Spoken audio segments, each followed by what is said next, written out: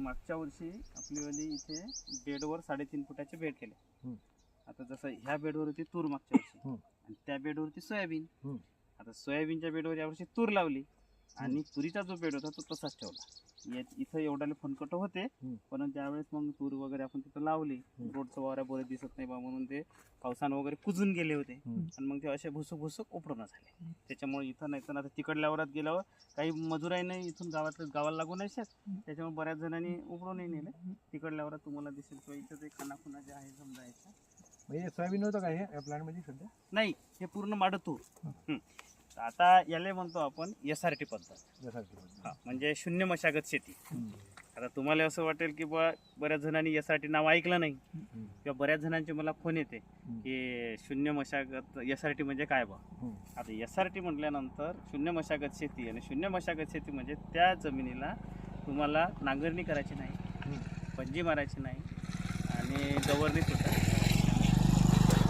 हे पीक आपलं लावल्यानंतर त्याचं तण नियंत्रण जे आहे ते तणनाशकानं करणे, तणनाशक वापरत राहणे खालून. म्हणजे जसं बियाणं आपण पेरलं, तूर आहे, त्या तुरीला तुम्ही डोबून दिली, डोबण्याच्या मागे कांद्याचं तणनाशक 15 मिली प्रतिपंप मारून दिला का तुमचं महिनाभर तणच निघणार नाही. डोबल्यानंतर 24 तासाच्या आत ओलीमध्ये. आणि जनरली आपण तूर पाणी पडल्यावरच पेरतो. जर हा एक विषय, त्याच्यामुळे महिनाभर तण निघत नाही. मग तण येते तर त्यावेळेस आपल्या वरतून जे आपण तुमचं ओडिसी आहे, तुमचं परशूट आहे किंवा शकेत आहे, जे तुरीवर तणनाशक चालते ते आपण वरून मारून द्यायचे. त्याच्यानंतरचा जो विषय आहे तो म्हणजे टोंगळभर मग तूर झाली की खालून आपलं ग्लायसेल मिरायका तर चालत राहते. म्हणजे तुम्हाला तणासाठी निंदन करायचं काम पडत नाही. झालं म्हणजे बैलाचा डवऱ्याचा विषय नाही, निंदनही नाही. नंतर पीक आपलं खतं देणे हे ते झाले, फवारे बिवारे झाले, तुरी पीक आपलं कापून घेतलं.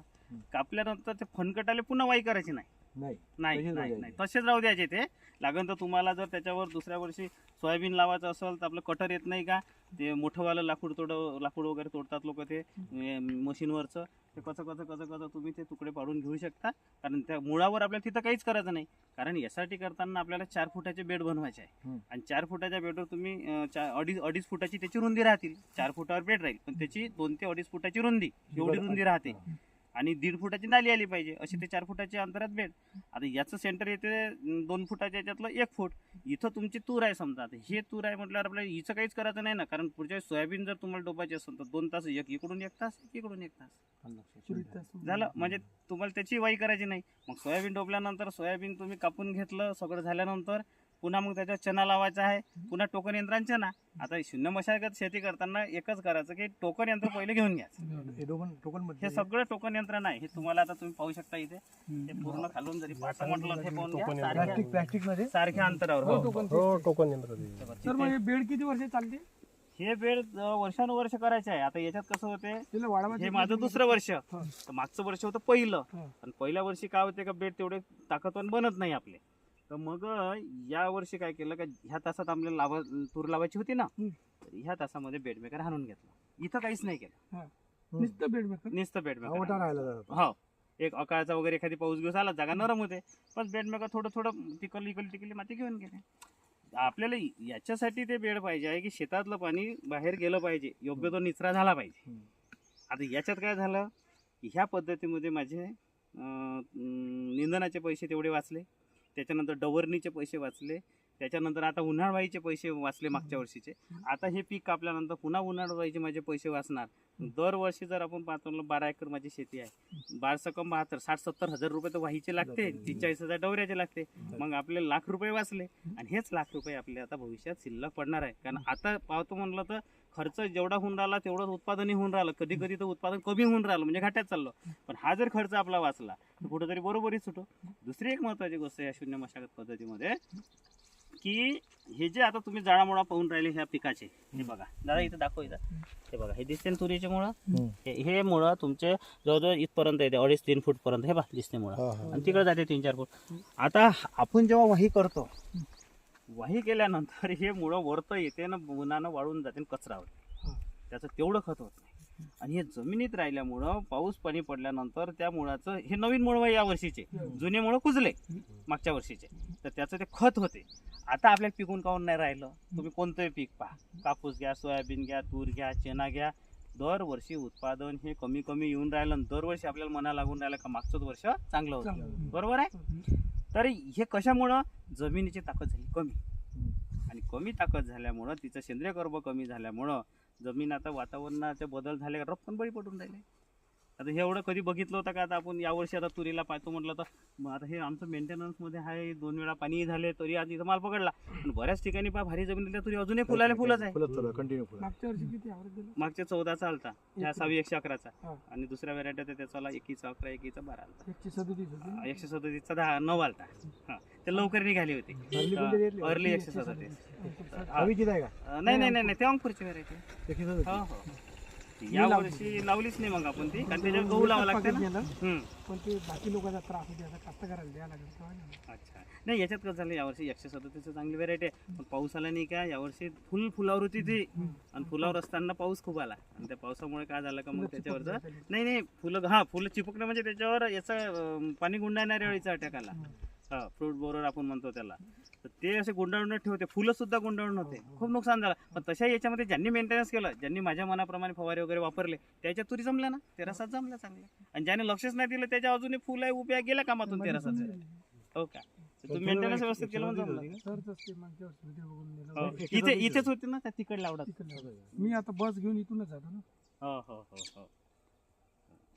तर असा हा शून्य मशागत शेतीचा तर विषय आहे. आता आपल्याजवळ सध्याच्या परिस्थितीत इथून जवळपास पूर्ण फुलं शेंगा धरलेला प्लॉट इथे जवळपास कुठे पाहिजे. पुढे दाखवतो मी तुम्हाला, पूर्ण दबलेला, फक्त हे पाणी दिल्यामुळे लेट गेलं. यायचं कसं हो. थोडंसं दाखवतो. खत किती दिलंय कधी? याला खत 2 वेळा, खताचे टोकन यंत्रानंच खत दिलं सर मार्गदर्शन सांगा सर. पूर्ण. मी मागच्या वर्षी जेवढ्या शेतकऱ्यांना हे दिलं होतं 11 तूर, त्या सगळ्यांचा एक ग्रुप बनवला, आणि त्या ग्रुपमध्ये डेली अपडेट राहील माझं, की काय करायला पाहिजे, कसं करायला पाहिजे. आता धुया राहिली आहे, असं फवारा, आता तसं करा, असं आलाय तसं आलाय, तुमचे कीटकनाशक कोणते घ्यायचे, बुरशीनाशक कोणते घ्यायचे, खत कोणतं दिलं सर? याला 8 21 21 9 24 24 दिलं. हो, धामकले कोणाची? 8 21 21 9 24 24. वरखत वगैरे? वरखत फवारणीमध्ये जेव्हा पहिला फवारा मारला तेव्हा 1261 दिलं. हा हा. त्याच्यानंतर मग 2 फवाऱ्यात नाही दिलं, मग तिसऱ्या याच्यामध्ये 1305 दिलं. आता आज तिकडल्या वरात फवारा चालू आहे आपला 05234 द्यायचं काही काम नाही. 05234 चांगला आहे, परंतु 05234 आपलं बुरशीनाशक माझं प्रत्येक फवारणीत राहते. आणि तूर पिकाचं खरं कमा काय बुरशीनाशक, आणि बुरशीनाशक टाकलं जर वापरले तर भाऊ या बुरशीनाशकाचे जे कमाल आहे व्यवस्थापनाचे, नाहीतर लोकांपेक्षा माझ्या उशिरा फुलं आले, आणि लोकांपेक्षा अगोदर आता दबून राहिले, आणि सन्न माल घेऊन दबून राहिले. पान आता शेंगा पानं एका काय किती क्वालिटी आहे त्या झाडाची सर. हा, म्हणजे क्वालिटी सोडली नाही त्याचं. नाही. हा, बरं, झाडाची संख्या जर पाहतो म्हणलं तर इथं आता बायाच्या हाताने आपण लावतो ना, तर तेव्हा कुठं कोणती बाई हितीवर लावून, कोणती फुटावर, कोणती 1.5, कोणती 2, आणि वरतं बी टाक, म्हणजे असं टोकन करताना असं उकरून टाकते, तर कोणतं निघते कोणतं निघत नाही. मग डोपटाप करतो, मग कोणते गोगलगाई आहे, डुकर आहे, किती पाहा 10 15 20% बाद असते आपलं. इथं तसं नाही, एकरी बियाणं किती लागलं? 1.5-2 किलोच लागते 2 किलो. टोकन यंत्रानं. टोकन येणार. हा, 2-3चं सेटिंग करायचं त्या टोकन यंत्राचं. टोकन यंत्र मी सांगतो ना, आपण शेती वर्षानुवर्षापासून करत चाललो, परंतु ज्या महत्वाच्या गोष्टी आहे ना त्याच्याकडे दुर्लक्ष करत चाललो. आज टोकन यंत्र इतकं महत्वाचं आहे आपल्या शेतकरी बांधवांसाठी, की कोणतेही पीक लावा ना तुम्ही, सोयाबीन लावा, कापूस लावा, तूर लावा, चालला ना टुचूक आपलं चाललं दोबत, आणि सारखं त्याच्यात काय होते, सारख्या अंतरावर बी पडते, एवढ्या अंतरावर सारखं बी पडते, आणि त्याच्यावर वरतून ते रोलर राहते, तर ते झाकल्या पण जाते, प्रेस होते. आता जमिनीत राहते वल, असं बी टाकणे, नंतर प्रेस होणे, आणि ते नेटानं पाणी नाही जरी आला 2-4 दिवस 8 दिवस, तर इथे जमिनीतल्या ओलीने निघून येते. आपलं कसं होते, बायाच्या हाताने, मजुराच्या हाताने डोबतो आपण, पोराच्या हाताने, तर असे एका काडीनं उखरणे, नंतर बी टाकणे, काडीनं माती ओढणे, आणि ते अशी फुगीर राहते, त्याला एअर चालूच राहते, कोड्डी होऊन जाते जागा, आणि पाणी जर गेला तर मग निघत नाही. या व्हेरायटीचं कसं आहे सर, मी 10 किलो बी नेलं हा. होतं. ज्या माणसाला मी 4 किलो बी दिलं पांढरा कोडा, हा हा पहिल्या वेळेस म्हणे नाही यार व्हेरायटी थोडी फेल आहे म्हणे, हा हा हा. आता नंतर मला डबल फोन आला माझा तर 4 एकर डुकराने खाऊन घेतली अच्छा हा हा पण आला म्हणे व्हेरायटी बाजूचे कास्तकार येऊन विचारू राहिले व्हेरायटी कोणती होय बापरे म्हणजे त्या व्हेरायटीची खाची तर त्याने छाटणी नाही केली काहीच नाही केलं अच्छा नियोजन शून्य आहे त्यांचं छाटणी दोन पण जमीन भारी आहे बरोबर नाही हिचं कसं आहे हे लेट आहे की नाही हम्म. बाकीच्या अर्ली व्हेरायटी फुलं दिसते शेंगा दिसते हो. मग असं वाटतं लेट आपल्याला आहे, मी काहीच तेच म्हटलं लेट आहे नाही. हो, हो. 10 दिवस दहा late दहा आहे. दिवस सरचा late video आहे, बघितला मी. पहिल्यापासूनच किती समजलं. दिवसांनी लेट आहे 10 दिवस 10-12 दिवस 15 10-12 दिवस late दिवस. आहे. हो. म्हणजे मी हिला रिकमेंड करताना 6 100 तुरीला ज्यांच्याकडे पाण्याची व्यवस्था आहे त्या शेतकऱ्यांना दिला आणि हलक्या जमिनीत सर जमीन- कुठं पाणी असेल तर कुठं आहे आमची ती चर्चा होती हलक्या जमिनीत पहा ते कुराड पाहिजे. कुराड नावाचं गाव आहे धारव्यामध्ये हम्म.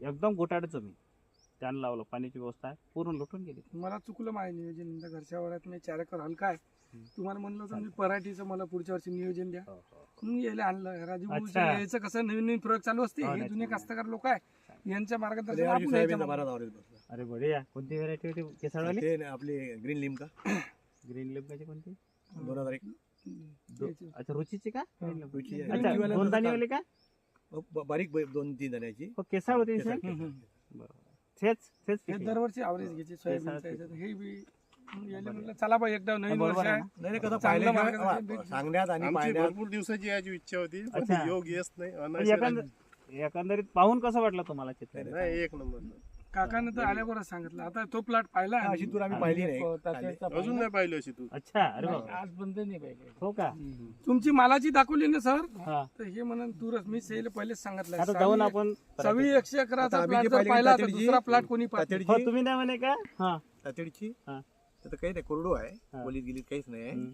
पण माल त्याच्या तयार. शेंगा खूप झाल्या त्या पूर्ण तयार झाल्या हो अर्ली येते तर ते कोणतं तरी औषधी कंपनीवाला सांगू नये का नाही, 20चा आवरेज बसते नाही औषधी बसत. तर हो. घ्या. काहीच नाही. तर तो त्यानं तो सांगत होता 10 पर्यंत बघू शकतो आता सरचं कृषी केंद्र आहे ते मार्ग आम्ही गेलो त्या कार्यक्रमाला वीस म्हणल्यावर म्हणूनच गेलो नाही तर काही जात पण नाही. 10 आवरेज बघू शकते तर पाहिलं हो तर ते थोडस दहाच्या अंदरच बसवतो. बुरशीनाशक हे ते मारल्यामुळं बरं तसं पण त्याचा सरंग पाहा तुम्ही नाही, एवढा नाही, लंबा नाही, सरंग नाही आहे नाही, त्याचा नाही, नाही. शेंड्याला इथून एवढंच माल बस, पकडला बस, नाही फरक लगेच दाखवतो शेंगीमध्ये दीडचा फरक आहे दाखवते आणि आता हे हा सरंग पाहता हे बघा याचा सरंग आता हे इथून दोन फूट आहे, दोन दीड फूट आहे. हाताचा सरंग 2 फूट आहे.